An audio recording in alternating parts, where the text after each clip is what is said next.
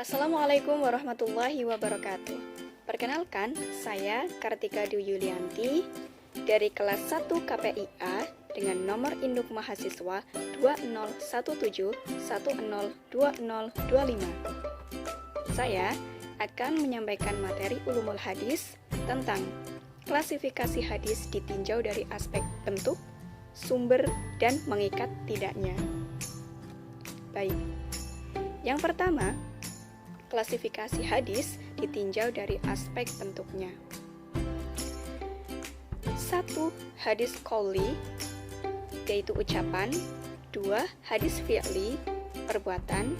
3. Hadis takriri, ketetapan atau persetujuan. 4. Hadis syifati, sifat Nabi SAW. 5. Hadis hammi, hendak melakukan perbuatan.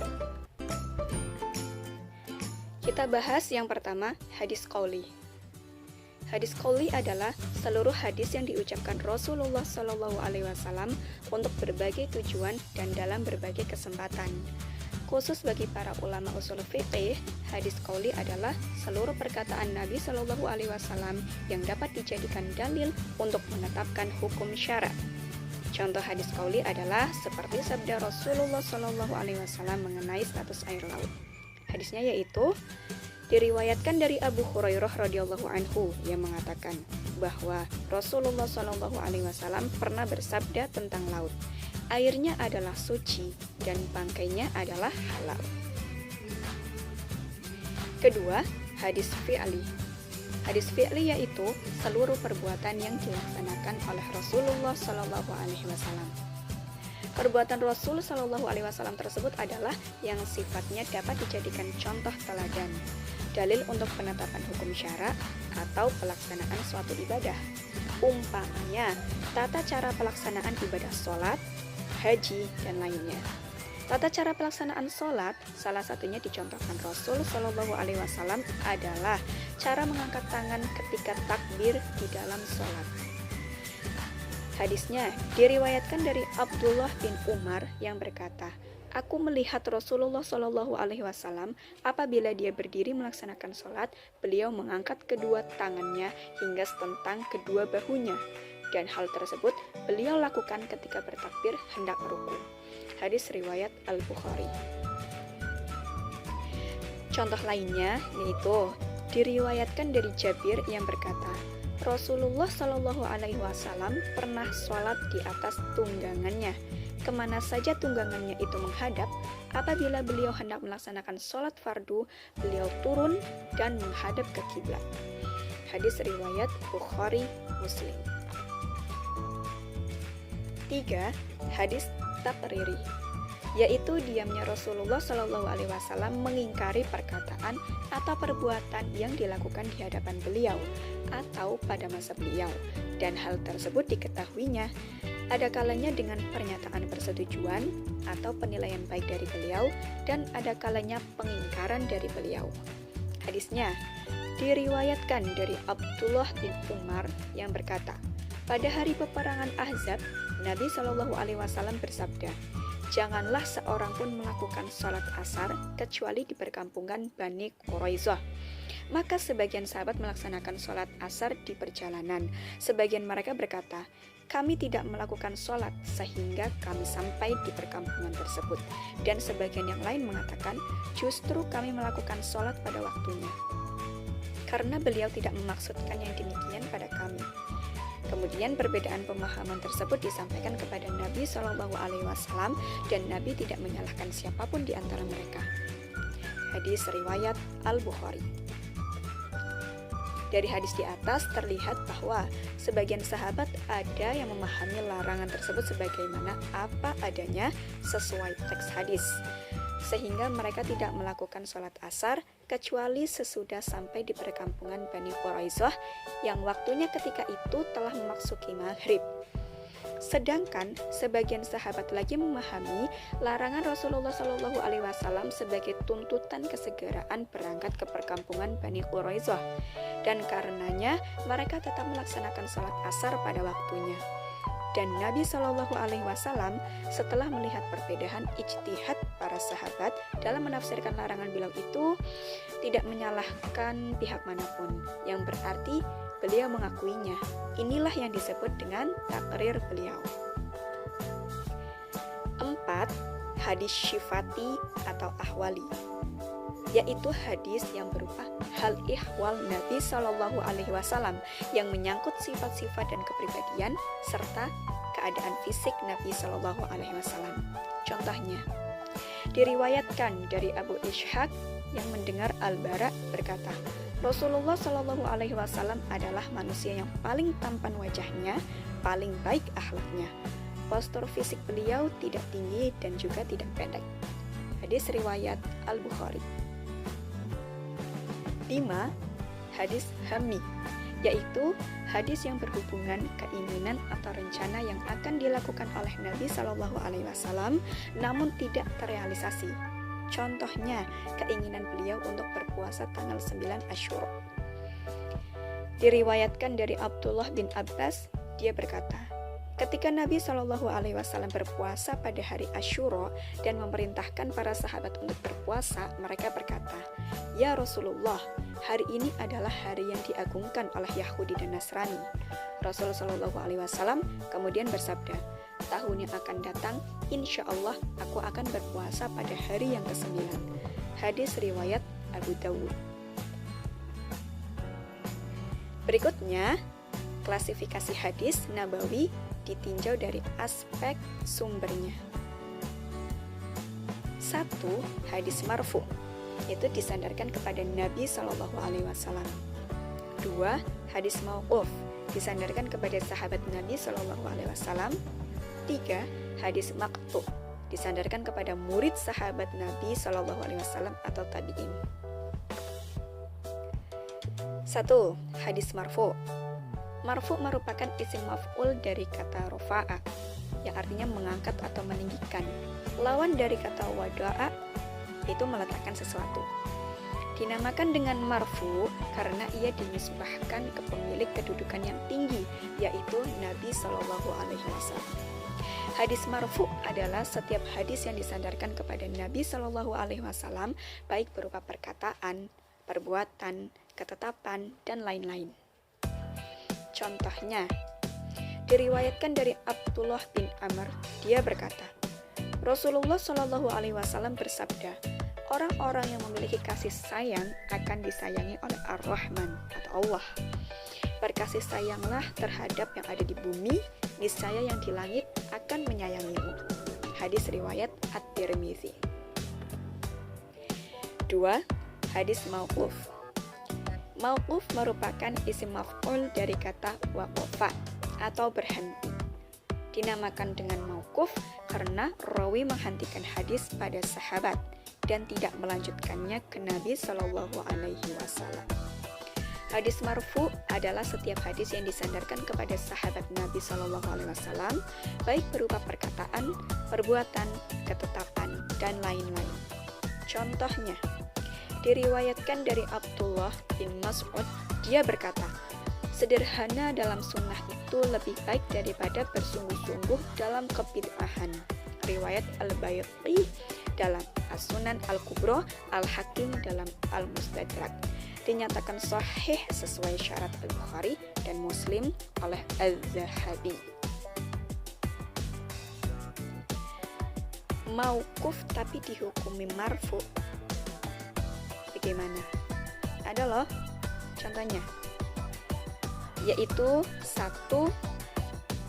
Sahabat menginformasikan bahwa ia mengatakan atau melakukan sesuatu atau yang semisalnya. Contohnya yaitu A. Jika ia menyandarkannya ke masa Nabi Shallallahu Alaihi Wasallam, maka kabar tersebut dihukumi marfu. Misalnya perkataan Jabir radhiyallahu anhu, kami dulu melakukan azal di masa Rasulullah Shallallahu Alaihi Wasallam. Hadis riwayat Al-Bukhari nomor 5207 dan Muslim nomor 1440. B. Tidak disandarkan ke masa Nabi Shallallahu Alaihi Wasallam, maka hukumnya mauquf menurut jumhur. Misalnya perkataan Jabir, Dulu jika kami naik, kami bertakbir, dan jika turun, kami bertasbih. Hadis riwayat Al-Bukhari nomor 2993. 2. Perkataan sahabat seperti kami perintahkan begini, atau kami dilarang melakukan ini, atau termasuk sunnah adalah ini. Nah, misalnya perkataan sebagian sahabat, Bilal diperintahkan untuk menggenapkan azan dan mengganjilkan iqamah. Hadis riwayat Al-Bukhari nomor 607 dan Muslim nomor 378. Apakah khabar mauquf bisa dijadikan hujjah? 1. Khabar mauquf walaupun sahih, ia hanyalah perkataan dan perbuatan sahabat, tidak wajib beramal dengannya. 2. Khabar mauquf bisa digunakan untuk menguatkan sebagian hadis dhaif, karena sahabat dikenal dengan komitmennya dalam mengamalkan sunnah. 3. Jika khabar mauquf lebih secara lafaz, namun hukumnya marfu, maka kedudukannya sama dengan khabar marfu, maka ia adalah hujjah dan wajib beramal dengannya. Berikutnya, yang ketiga yaitu hadis maqtu. Maqtu merupakan isim maf'ul dari kata qata'a atau memutus. Lawan dari wasalla yaitu menyambung. Hadis maqtu adalah hadis yang disandarkan kepada murid, sahabat, atau tabi'in dan yang setelah mereka, baik berupa perkataan, perbuatan, dan lain-lain.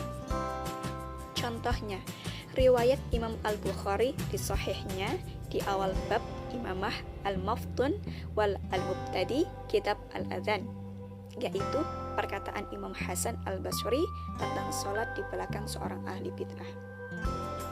Artinya yaitu, sholatlah dan dia yang akan mendapatkan dosa bid'ah yang dia lakukan. Berikut hadisnya. Lalu, apa sih perbedaan hadis maqtu dengan hadis munqati? Perbedaannya yaitu, maqtu adalah sifat matan, yaitu matannya disandarkan kepada tabi'in atau yang di bawahnya. Sedangkan munqati pada sifat sanad. Khabar maqtu bisa saja muttasil, tapi muttasilnya hanya sampai tabi'in. Sedangkan jika munqati berarti sanadnya tidak muttasil dan ia tidak ada hubungannya dengan matan. Sebagian ahli hadis seperti Asy-Syafi'i dan At-Tabrani menggunakan istilah maqtu untuk munqati, namun penggunaan ini tidak masyhur. Nah, apakah hadis maqtu bisa dijadikan hujjah? 1. Kabar maqtu walaupun sahih penisopannya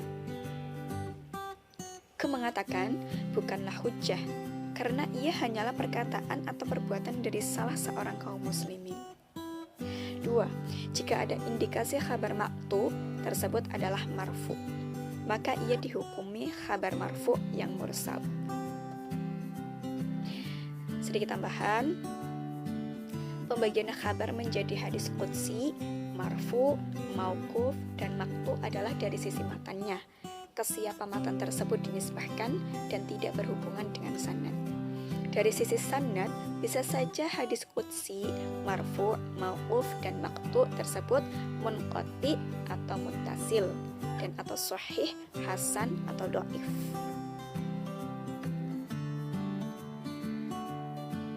Selanjutnya yaitu klasifikasi hadis ditinjau dari aspek mengikat dan tidaknya. 1. Khususiyah, yaitu khusus bagi pribadi Nabi Shallallahu Alaihi Wasallam yang tidak bisa ditiru oleh umatnya. 2. Risalah atau tasyri'iyah, syariat untuk diamalkan oleh Nabi Shallallahu Alaihi Wasallam dan umatnya. 3. Khairu risalah atau basyariyah, bukan bersifat syariat sehingga tidak mengikat. Berikut penjelasannya. 1. Hadis khususiyah, yakni hadis yang khusus ditujukan bagi pribadi Nabi Shallallahu Alaihi Wasallam, tidak untuk umatnya. Contohnya adalah kebolehan beristri lebih dari 4 orang bagi Nabi Shallallahu Alaihi Wasallam dan larangan atas umatnya. ada ayat Al-Quran yang membahas tentang ini, dimana artinya yaitu, wahai Nabi, sesungguhnya kami telah menghalalkan bagimu istri-istrimu yang telah kamu berikan mas kawinnya, dan hamba sahaya yang kamu miliki, yang termasuk apa yang kamu peroleh dalam peperangan yang dikaruniakan Allah untukmu. Dan demikian pula anak-anak perempuan dari saudara laki-laki bapakmu, anak-anak perempuan dari saudara perempuan bapakmu, anak-anak perempuan dari saudara laki-laki ibumu, dan anak-anak perempuan dari saudara perempuan ibumu yang turut hijrah bersama kamu, dan perempuan mukmin yang menyerahkan dirinya kepada Nabi kalau kami Nabi mau mengawinikannya, sebagai pengkhususan bagimu, bukan untuk semua orang mukmin. Itu ada di Quran surat Al-Ahzab ayat 50. Selain firman Allah, ada beberapa hadis Rasulullah SAW, antara lain dari Qais ibn Al-Haris radhiyallahu anhu, dia berkata, saya masuk Islam sedang saya telah memiliki istri 8. Lantas saya menghadap Nabi Muhammad SAW menanyakan ihwal masalah ini, dan beliau bersabda, pilihlah dari mereka 4. Hadis riwayat Abu Dawud. Hadis lainnya tentang persoalan tersebut yaitu dari Salim dari ayahnya radhiyallahu anhu bahwa Khailan ibn Salamah al-Saqafi masuk Islam dan ia telah memiliki 10 istri. Lantas Nabi Muhammad SAW bersabda, tahan 4 dan pisahkan sisanya. Hadis riwayat Abu Dawud. Kedua, hadis risalah atau tasyri'iyah. Hadis risalah adalah hadis yang disampaikan Nabi SAW dalam posisinya sebagai Rasul, sehingga wajib ditaati, seperti hadis tentang berita-berita gaib, syariat-syariat Allah SWT, dan ketentuan-ketentuan ibadah. Sifat dari hadis risalah ini adalah tetap atau sabit, tidak berubah-ubah. Syarat dengan nilai-nilai universal. Yang ketiga, hadis khairul risalah atau tasyri'iyah adalah hadis yang disampaikan Nabi SAW dalam posisinya sebagai manusia biasa, sehingga boleh diikuti seperti hadis tentang pengobatan kedokteran atau medis, ilmu tentang pertanian, urusan duniawi, segala hal yang berkaitan dengan kegiatan dan kebiasaan sehari-hari Nabi SAW, dan segala hal yang berkaitan dengan kebijakan-kebijakan kemaslahatan yang sifatnya parsial, temporal. Sifat dari hadis risalah ini adalah berubah-ubah atau mutahawwil, bersifat lokal, temporal, dan kondisional. Contoh hadis khairul risalah atau tasyri'iyah.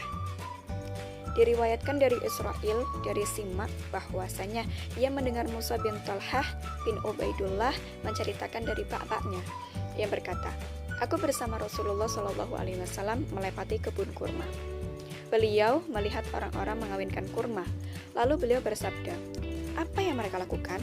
Para sahabat menjawab, mereka mengambil yang jantan untuk digabungkan dengan yang betina. Beliau bersabda, aku melihat bahwa perbuatan mereka tidak ada gunanya. Perkataan beliau itu sampai ke telinga mereka atau si kebun kurma itu, sehingga mereka meninggalkannya atau tidak mengawinkan kurma, sehingga hasil panen mereka pun gagal. Kejadian tersebut akhirnya juga sampai kepada Nabi SAW. Beliau bersabda, ucapan itu hanya perkiraan. Jika memang pengawinan itu bermanfaat, hendaklah mereka melakukannya. Aku hanyalah manusia biasa sebagaimana kalian. Perkiraan itu bisa benar dan bisa salah. Tetapi jika yang aku katakan kepada kalian adalah firman Allah, maka sekali-kali aku tidak akan berdusta kepada Allah. Hadis riwayat Ibnu Majah. Contoh hadis tentang ilmu pertanian. Diriwayatkan oleh Anas radhiyallahu anhu bahwa suatu ketika Nabi SAW melewati sahabatnya yang sedang mengawinkan kurma. Lalu beliau berkata, apa ini? Para sahabat menjawab, dengan begini kurma jadi baik wahai Rasulullah. Beliau SAW lalu bersabda, Seandainya kalian tidak melakukan seperti itu pun, niscaya kurma itu tetaplah bagus. Setelah beliau berkata seperti itu, mereka lalu tidak mengaminkan kurma lagi, namun kurmanya justru menjadi jelek.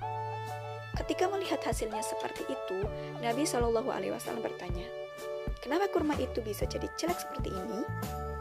Kata mereka, "Wahai Rasulullah, engkau telah berkata kepada kita begini dan begitu." Kemudian beliau bersabda, "Kamu lebih mengetahui urusan duniamu." Hadis riwayat Muslim nomor 2363. Contoh lain tentang ilmu pengobatan.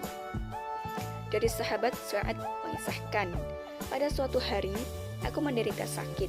Kemudian Rasulullah Shallallahu Alaihi Wasallam menjengukku.